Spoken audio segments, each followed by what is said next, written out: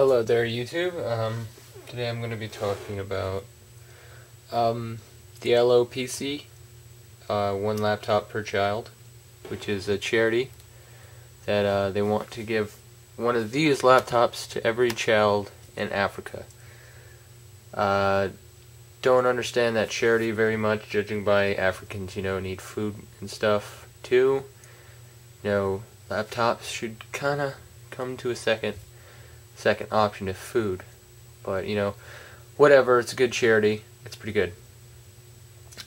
They don't sell these in America. They're only offered through the governments to African children, so it's difficult to find one. They did sell them in America in 2008 for a short period, where if you donated $200 you would get one unit for yourself, and it would also give one unit to an African child.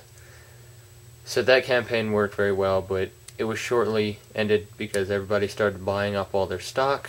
So these are now rare computers. They're based off a Fedora Linux version 9, and it uses a GUI called Sugar, which is kind of cute or whatever. It's pretty cool. So first of all, I'm going to show you around the unit. Now, this is the front. It kind of looks like a Leapster thing, VTech, but it's quite not. It's a 500 megahertz processor, 256 megs of RAM, and a 1 gigabyte hard drive.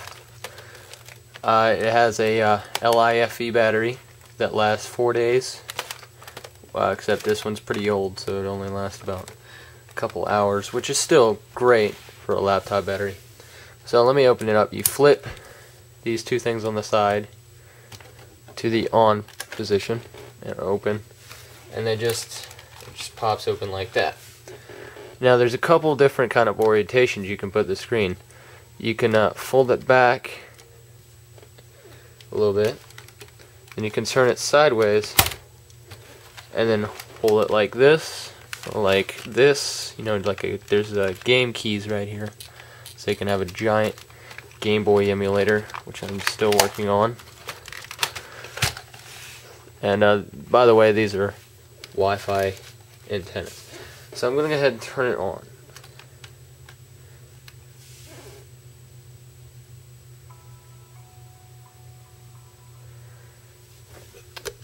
If you don't mind, zoom in to the screen to get a better look what's going on. As you can see, this is basically the little representation of the Fedora modified Linux that they're using. It's just a little X-Man. It's also on the, as you can tell, it was on the front. So the loading takes a while to load, probably about a minute and a half. It's represented by he's pointing at the dots, and when it goes all the way around, you're set. 60 frames per second looks really awesome. Right there it says Fedora Remix, because this is a remix of Fedora 9.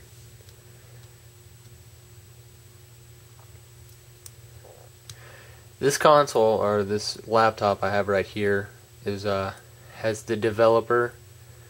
I got the developer keys for it, so it's in dev mode, so I can install normal Fedora programs, Fedora Linux programs. I can also install a different OS, and I do have a different distribution of Linux on this SD card that I'll demonstrate later in the video. So as you can see here, it's still warming up, but this is how the main screen goes. You have in the center, which is sort of like a control panel, and then your applications will appear in a circle around the little man there. And I'll give it a couple more minutes or a couple more seconds to warm up. As you can tell, it's not the quickest thing, but these things are manufactured for $100. Just still warming up here. These antennas here are wireless G. They also use a MIMO technology to put a basic geography around where the actual wireless connections are.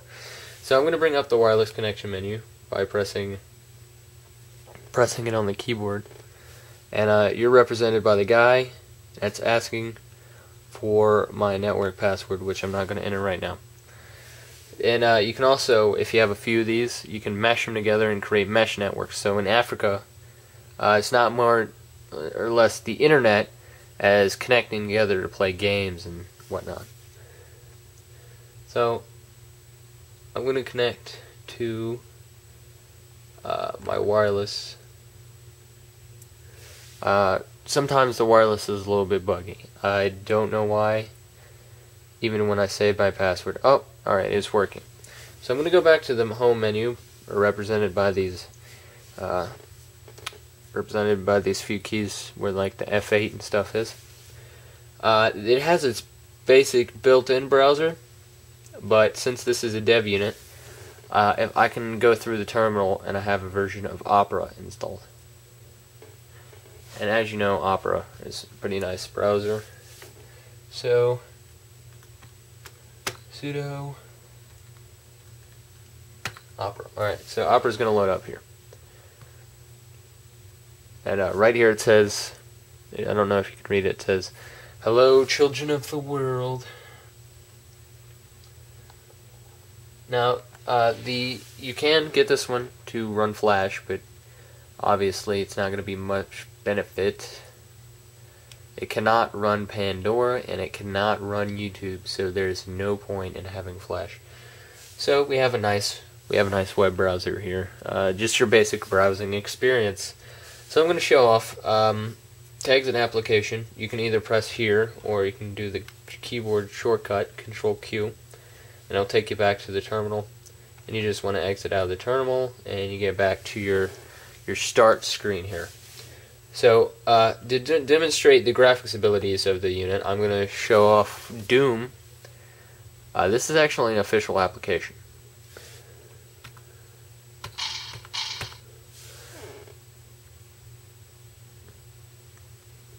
Alright, Doom's loaded. Now, I've modified the key layout to actually use the keys on the screen, so you can flip it around and do that. Now, there's one more option I want to show. Hold on. Let me exit out of this. Alright, there's a few more things I want to show. This does read ebooks if you put in an SD card with an ebook on it. You can do something like this. You take the laptop, fold it around, fold the ears in. Hold on, let me get a better angle. And you have something that looks like this. Now, on the keyboard, hold on, you can dim the screen down all the way, and you get a Kindle-like thing.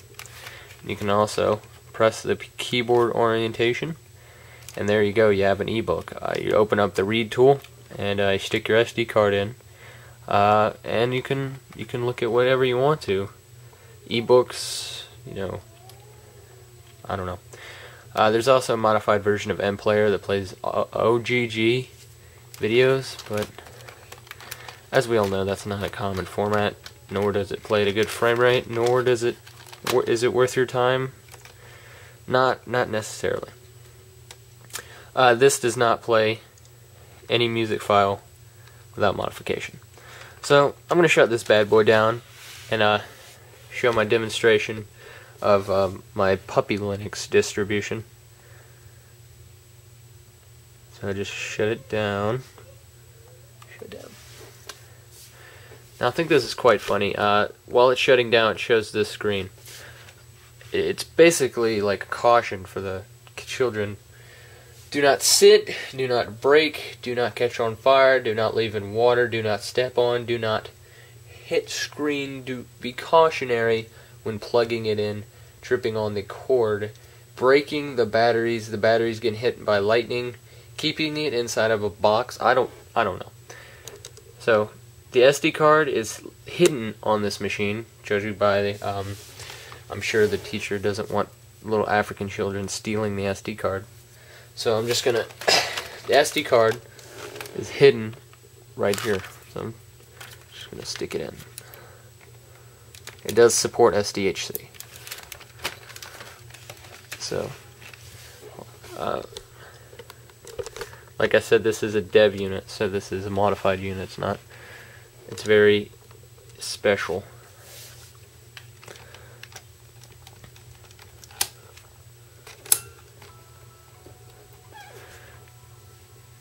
Now, the firmware is going to detect the boot files on the SD card and then start booting up Linux.